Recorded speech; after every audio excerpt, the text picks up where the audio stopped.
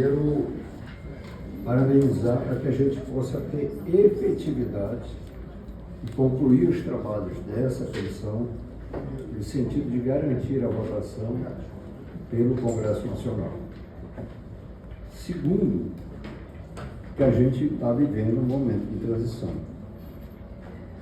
E quando eu me refiro a isso, é que nós, um exemplo disso, passamos, quem lida com o setor, 4 anos que não conseguia se emitir uma carteira no governo passado. Era um aplicativo que não funcionava, né? E muitas vezes, pelo então secretário da Pesca, foi dito que o grosso dos pescadores eram bandidos. Então isso precisa ser dito. Inclusive fazendo referência a pescadores da nossa região, da Amazônia. Segundo, este instrumento da REAP, em que o pescador tem que informar no prazo de 30 dias, né, todo o processo de captura e comercialização, que foi prorrogado para início de abril,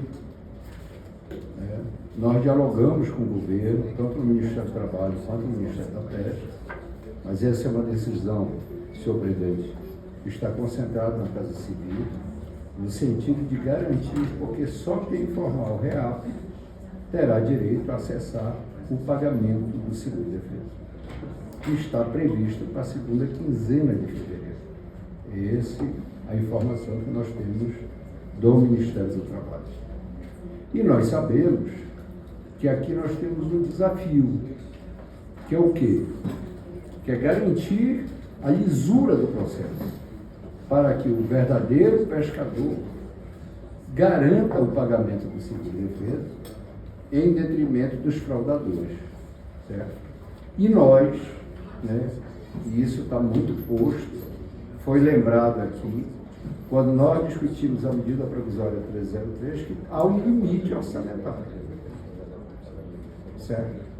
Então, nós precisamos, inclusive, nos debruçar, ouvir os companheiros e companheiras, pescadores e pescadores, marisqueiros e marisqueiras, no sentido de que medidas que já foram adotadas no passado possam ser avaliadas nesse momento, para que não de forma assodada, né, e o sistema facilitou o acesso nessa solicitação do RGP, mas que trouxe esse grande problema que é a fraude, né? E é só ver aí, em alguns estados, um número de cancelamento de carteiras de suposta fraude. E isso está claro, inclusive, no estado do colega no Maranhão, né? A gente viu um volume muito grande de cancelamento de carteiras. Então, mas eu concordo que a gente precisa avançar no modelo de transição. Então, por exemplo, o que a colega deputada coloca é uma verdade. Nós precisamos, por exemplo, essa confirmação em 2 etapas. O sistema não roda e nós temos muita dificuldade em relação a isso. Certo? E o pescador não pode ser penalizado se o sistema não funciona.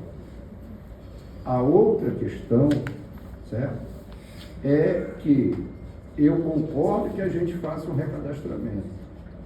Para mim não há problema de que seja o Ministério do Trabalho.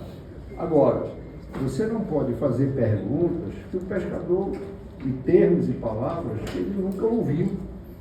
Certo? E uma coisa é o seguinte, como por exemplo uma pergunta, você pesca o ano todo de forma ininterrupta? Para subsistência sim, ele pode pescar espécies que não estejam, né, ameaçadas de extinção e estipuladas no seguro.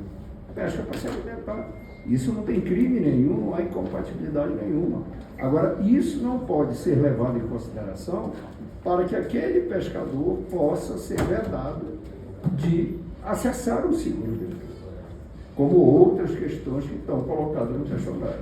Isso nós dialogamos, senhor presidente, com o Ministério do Trabalho, no sentido de rever, e eles concordaram, para que o objetivo nosso, eu acho que esse é o grande desafio da comissão, de senadoras e deputadas, senadores e deputados, é que a gente possa blindar esse programa, que é um verdadeiro instrumento, não só do ponto de vista ambiental, mas do ponto de vista social. e que a gente elimine o fraudador. Porque eu vou trazer um dado aqui que, quando eu soube, senador, eu fiquei chocado. Quem mais acessa o sistema do governo para solicitar RGP não é nenhuma confederação de pescador, não é uma colônia, não é um sindicato, não é uma cooperativa. É quem tem OAB. Eu não estou dizendo que todos os advogados que acessam o sistema estão fraudando, mas algo tem de estranho nisso. Certo? Inclusive, eu defendo, senhor presidente, que nós discutimos isso na medida provisória 303, mas eu entendo que tudo aquilo que venha contribuir, não que seja condição, não que seja condicionante, mas que já passou da hora do Ministério do Trabalho, que hoje está o responsável, juntamente com o Ministério da Pesca, que haja um cadastro de todas as instituições de pescadores e pescadores, marisqueiros e marisqueiras desse país, que tenham interesse cadastrado, até para que a gente possa facilitar esse cruzamento e a idoneidade, tanto da instituição quanto das pessoas que dirigem a instituição. Certo? Porque hoje nós temos duas situações, deputado Fausto. Um é o problema da fraude no seguro-defesa, mas eu também aqui, inclusive nesse plenário, nós estamos aqui com outro problema, que é a fraude, deputado. O senhor coloca aí da aposentadoria, e nós temos uma fraude significativa de pescadores e pescadoras que foram lesados nesse rombo da roubalheira do INSS. Então, eu entendo que qual é a nossa grande função aqui? É blindar. Blindar para que este programa exitoso não vá para o ralo por causa da corrupção. Então, eu acho que a gente tem que ter esse desafio. As audiências públicas são necessárias, certo? Mas nós temos que ter aqui o grande desafio de separar o joio do trigo. Porque até então, né, nós temos um represamento, senadora, no pagamento do seguro-defesa, porque pescador nenhum conseguia acessar. E depois que o governo facilitou, também abriu-se a porteira. Né? E muita gente que não é pescador acessou isso porque não há condições, né, de que tudo isso seja pescador artesanal, marisqueiros e marisqueiras.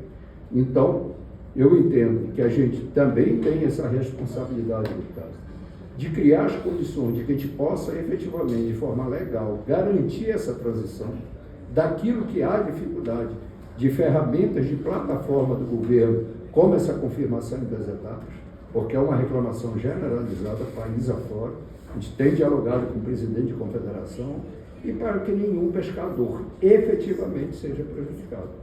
E naquilo que há dificuldade da devida comprovação nesse questionário, que o Ministério do Trabalho tem a sensibilidade de rever, de aceitar os recursos, mas que a gente aproveite este momento e que não seja condicionante para emitir o RGP, mas que a gente possa ter um cadastro nacional de todas as instituições, colônias, sindicatos, associações, cooperativas, devidamente cadastrada e analisada pelo governo. Por quê? Porque nós não temos como saber corretamente 100%, mas a grande maioria dessas instituições são tocadas por pescadores e por pessoas sérias. Então, eu advogo isso, defendo isso, certo? Agora, nós não temos como fazê-lo se nós não blindarmos. E para blindar, nós temos que ter ferramenta e instrumento, porque senão o governo não consegue. Então, senhor presidente, essa é a minha fala. Quero parabenizar mais uma vez o plano de trabalho, dizer que essas audiências públicas serão fundamentais. Essas iniciativas de fazer o debate nos estados também é importante, porque ela corrobora, porque a realidade do Rio Grande do Norte não é a mesma do Pará, que não é a mesma do Maranhão, que não é a mesma do seu Amapá e não é a mesma do meu Amazonas. Né? Então, isso é importante para que a gente possa ter essa radiografia, mas nós temos pescador artesanal em 100% desse país, certo? Então, isso é importante para que a gente possa respeitar essa peculiaridade. Deputado Fausto, como eu conhecemos, nós já estamos fazendo aqui algo que parece impossível, que é a ausência da internet. Lembrando que na Amazônia, mais de 1,5 milhão de pessoas sequer têm acesso à energia elétrica, certo? Mas que a gente precisa criar as condições, porque a gente precisa garantir a lisura do processo, mas também garantir que quem é pescador e se adeque de forma legal, possa ter a garantia do pagamento do seguro-defesa. Agora eu defendo que nesse relatório nós tenhamos aqui a capacidade de construir essa transição, porque nós não vamos conseguir fazer esse processo sem penalizar pescadores e pescadoras se nós não tivermos as ferramentas corretas. Quando o próprio sistema do governo tem dificuldade de rodar, fica difícil, fica complicado que a gente possa fazer, seja uma medida provisória, seja uma portaria, disciplinando essas medidas que elas sejam efetivamente cumpridas. Obrigado, senhor presidente.